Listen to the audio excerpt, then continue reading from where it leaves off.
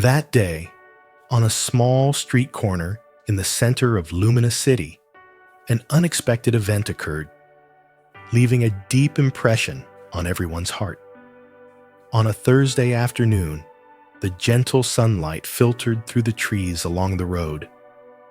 In that space, a fateful encounter occurred between two people whose fate had already been arranged. Ethan Ward, a veteran police officer, was sitting in his patrol car, sipping some coffee left over from his lunch break. Ethan was not the likable type. He always believed that the badge on his chest gave him the right to decide who was good and who was bad. Not far away from the door of L'Amour Café, a well-dressed man stepped out. His black vest was neatly ironed, and his shiny leather shoes reflected the sunlight. His name was David Brooks. With a calm but powerful demeanor, David attracted the attention of everyone around. Ethan squinted, looking at the man through the windshield.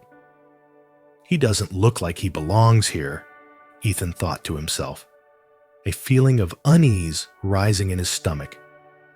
As David crossed the street, Ethan decided to act. He opened the car door, slammed it shut, and headed straight for David with a frown on his face. "You there," Ethan shouted, blocking David's path. "This is no place for you to hang around. What are you doing here?" David paused, his brown eyes shining with calm. "I'm on my way to a meeting," he replied politely. Ethan didn't bother explaining. "You look like you're hiding something. Do you have identification?" David slowly reached into his jacket, trying to keep his movement slow so as not to give the impression that he was being taken advantage of. "I'll show you my identification," he said, his voice even and calm. But before David could pull out his wallet, Ethan stepped forward, his hand grabbing his shoulder. "Who do you think you are trying to show me your stuff?" Ethan screamed, grabbing David's arm. And then, before David could say anything, Ethan swung his fist and punched him hard in the face. The punch, angry and impulsive, sent David reeling back. Passers-by were stunned. Some began taking out their phones to record. But David, with blood trickling down the corner of his mouth, did not fall. He stood up straight, brushed off his shirt, and looked Ethan straight in the eye. "You just made a big mistake, officer," David said, his voice no longer patient. Ethan laughed contemptuously. "What mistake? Scare me?" David pulled a wallet from his jacket and unfolded an identification card. The bold letters on it shocked Ethan. "I am David Brooks, the new captain of the Lumina Police Department, and you, officer, just assaulted a superior officer." Ethan was stunned. The words were like a hammer blow to his head. All his arrogance, all his complacency, vanished in an instant. He stood frozen, sweat pouring down his forehead. David didn't wait for Ethan to answer. He pulled out his phone and made a quick call. "I need a team down at Amber Street and 4th Avenue. There's an incident involving Officer Ethan Ward. I'm filing a formal complaint with the department." While Ethan was still standing there, his face white, 2 police cars rushed up. A group of officers got out, including Sergeant Lisa Grant, a stern and experienced woman. "Captain Brooks," Lisa greeted, nodding respectfully. As David recounted the incident, Lisa turned to Ethan, her eyes cold. "Ethan, is this true?" Ethan lowered his head, mumbling, "I didn't know he was the captain." Lisa interrupted. "Whether you know it or not, your actions are unacceptable. Handcuff him." The 2 officers approached, handcuffing Ethan under the shocked and angry eyes of the people around. Ethan didn't protest. He knew it was over. On the way back to the police station, David looked out the window, his eyes no longer as determined as before. He turned to Lisa and said softly, "Lisa, make sure this is handled fairly. But I want to use this as a lesson. We can't let actions like this destroy the trust between the police and the community." Lisa nodded. "Captain, I understand. We'll follow the right procedure." For Ethan, those few minutes in the police car became the longest time of his life. He not only lost his career, but also had to face his conscience. The eyes of the people, the phones recording the scene, and the shame will haunt him forever. This story is a powerful reminder. Power is not to be abused, but to be served. When we forget the true meaning of responsibility, the consequences not only affect the individual, but also harm the community. If you feel this story touches your heart, please leave a like and share to spread this message. Let's build a fair society where trust and respect are always put first. The story of Officer Ethan and Captain David is not only a lesson in responsibility and consequences, but also a clear demonstration of the power of kindness and humility. In a moment of humiliation and attack, David could have responded with anger and power, but he chose to act calmly, firmly, and with dignity. It is this calmness and kindness that illuminates what many people often forget. True power lies not in power or position, but in how we treat others. In life, we often get caught up in conflicts, prejudices, and pressures, sometimes forgetting that kindness and humility can calm the biggest fires. A small act of kindness, a humble word, or sincere listening can make a big difference, not only for others, but also for our souls. Think back. How many times have you felt more peaceful and happier when you chose to forgive rather than argue, when you chose to help rather than judge? Let kindness guide you, because true power is not in conquering, but in connecting, healing, and loving. True power lies in kindness and humility. Have you ever thought that true human power lies in muscle, money, or power? Wrong. Those are like flashbulbs, bright but extinguished quickly. But kindness and humility, they are like the morning sun, gentle but strong enough to melt the ice and warm the whole day. Imagine a world where everyone knows how to use the power of kindness.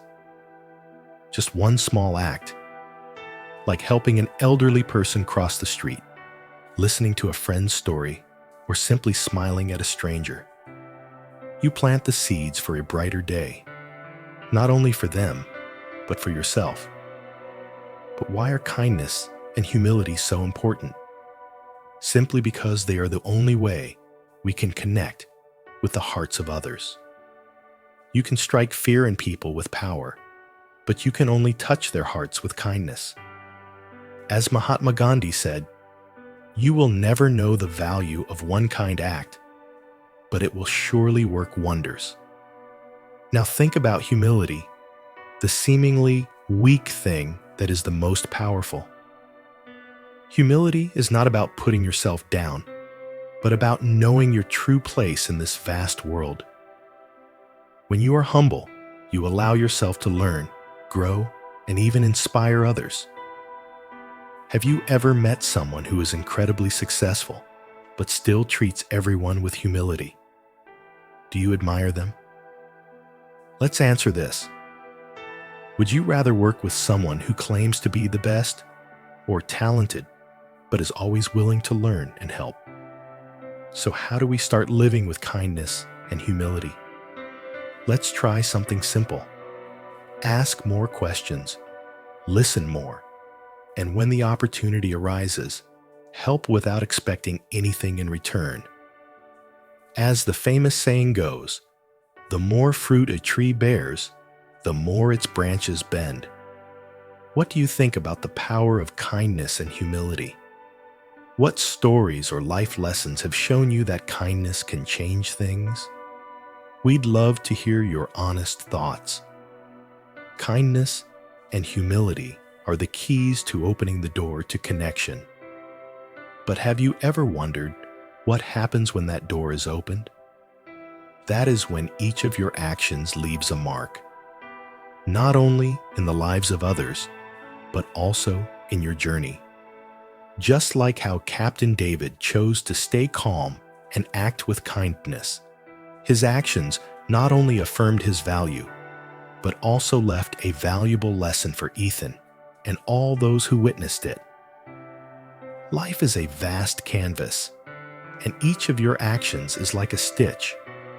Choose to embroider beautiful marks on it, because no one wants to look back and see that they have only left tears or broken threads. So how do you want to tell the story of your life through your actions?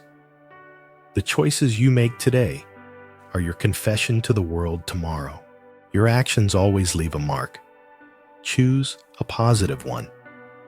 Did you know that Andrew Carnegie, one of the richest men in history, started his career with an unconventional act? Instead of hoarding all his huge fortune for himself, he decided to donate more than 90% of his wealth to build libraries, schools, and charities around the world. The point is that no one remembers how much money he made, but everyone will always remember the mark he left. Our lives are not measured by what we own, but by the mark we leave. Your actions, big or small, always have a ripple effect far beyond what you think. It's like when you drop a pebble into a pond. You see, a tiny pebble, but the ripples it creates can spread forever. So why don't we choose to create beautiful ripples instead of chaotic storms? Think about it. One day you walk into a coffee shop, smile at the cashier, and say, "You did a great job today." That gesture could brighten their day, and who knows, they might spread that joy to others, like a domino effect, but a positive one. Small acts make a big difference, as Desmond Tutu famously said.